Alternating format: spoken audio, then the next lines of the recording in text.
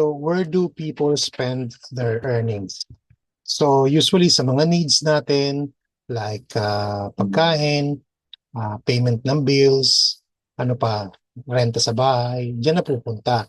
Yung iba na pupunta naman sa liabilities. Ito yung mga ginagastos natin na hindi naman nakakapagbigay ng income sa atin. So diyan siya napupunta. And may mga tao rin naman nilalagay sa business. Kaya lang may mga nag-fail. At sa tingin nyo, bakit nag-fail? Yung mga businesses, pwedeng wrong product siguro, walang unique value, no proper system or training, dependent on trade show, uso-uso lang. Pag sinabing fad, uso-uso, too much overhead cost, nagbabayad ng renta, nagbabayad ng sweldo, ng staff, at saka ng utilities, tubig, kuryente. And poor financial discipline and reinvestment or lack of support or network. So, where should people put their money? Saan ba talaga dapat nilalagay? Sabi daw, assets. Ito yung mga bagay na lumalaki ang value over time. At ano yan? Real estate. Ito nga lang ay may long-term appreciation. And of course, yung gold kasi timeless, portable, liquid, and globally trusted. So, i-compare natin yung dalawa, yung gold at saka real estate. So, may category tayo dito. Unang-una, capital requirements. Sa gold, hindi mo kailangan ganun kalaki para mag-umpisang makaipon ng gold. Sa ilang libong piso lang, meron ka ng gold. Hindi katulad sa real estate, kailangan mo ng milyon-milyon pang down payment at yung iba dyan, niloloan pa sa bangko. Next, liquidity. Ang gold, you can easily sell. Madali mong ibenta anytime at kahit saan. Hindi katulad sa real estate, hard to sell, long waiting period. Pagdating naman sa portability, you can carry or store yung gold easily. Yung real estate, naka-fix in one location.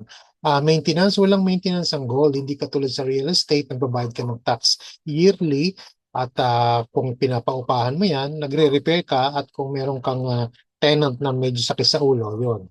Security, yan. So, ang gold pwede mong store sa vault or sa mga jewelry box. Hindi katulad ng real estate, may risk of calamity, lalo na pag niskotan pa yan, etc. And lastly, yung value growth. Again, ang gold, steady appreciation worldwide. Real estate, nag-appreciate but it depends on location and development. Kung gusto mo ng smart option, gold is the best option. So dito yung gold price annual trend on a year-to-year basis simula noong 2015 hanggang 2025 last year, nakita nyo naman pataas ng pataas ang value ng gold on a per gram basis. So nagsimula siya noong 2015, $38 per gram. Ngayon nasa $100 per gram at pataas lang siya ng pataas. Yan. So welcome to Socialite Gold Gen. So dito, we are building dreams, we are creating change. Yan, so meet our founder, our chairman, si Ma'am Hazel Magbago. Hindi na siya bago sa negosyo. In fact, marami na siyang binuksan. And isa rin siya sa mga top earner doon sa dati niyang networking company. 12 years siya doon. Isa siya sa mga top earners doon. At ang maganda dito, nagsimula itong company niya dito sa UAE, Dubai, Socialite. So, nagsimula yan since 2020 pandemic and nakaka-proud kasi alam naman natin yung mga Pinoy na nagtatrabaho sa Dubai, hindi naman lahat malaki ang sweldo. So since kinreate niya tong Socialite Collections, meron ng 4,000 Pinoy-Pinay na nandoon, na sumali at natulungang kumita part-time. And nung nasa Socialite Collection Dubai UAE, direct selling sila. Good thing, nung dinala ni Ma'am Hazel ang Socialite dito sa Pilipinas, ginawa niya ng networking. At ito yung ating office dito sa Ortigas, sa likod ng Robinson's Galleria. So, pwede kayo mag-visit if you're nandito lang sa Philippines, sa Manila.